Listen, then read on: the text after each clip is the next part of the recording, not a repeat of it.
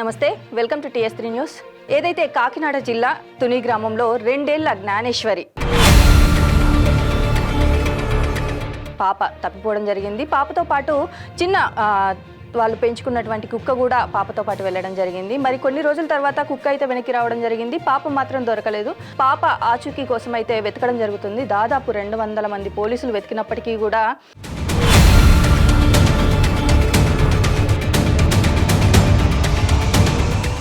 ఆ చుట్టుపక్కల ఎలాంటి ఆచూకీ లేదు ఇప్పటి వరకు అయితే. ఆ కుక్క అయితే ఇంటికి వచ్చింది కదా, దాంతో పాటు పాపను వెతికే ప్రయత్నం చేద్దామనేసి పోలీసులు అయితే కుక్కకి GPS ట్రాకర్ పెట్టి వదిలేయడం జరిగింది. అయితే ఈ కుక్క కొన్ని కిలోమీటర్ల వరకు సరౌండింగ్స్ తిరిగి మళ్ళీ తిరిగి ఇంటికి రావడం జరిగింది.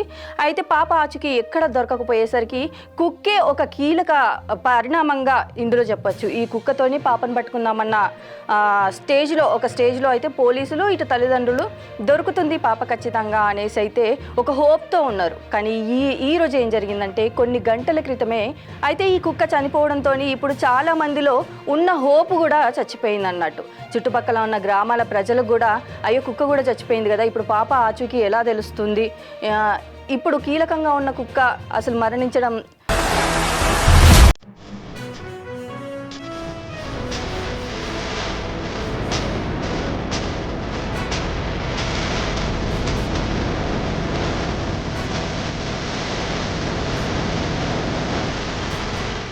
అసలు ఎలా జరిగింది ఇది అని అయితే తెలుసుకునే ప్రయత్నం అయితే చేస్తున్నారు.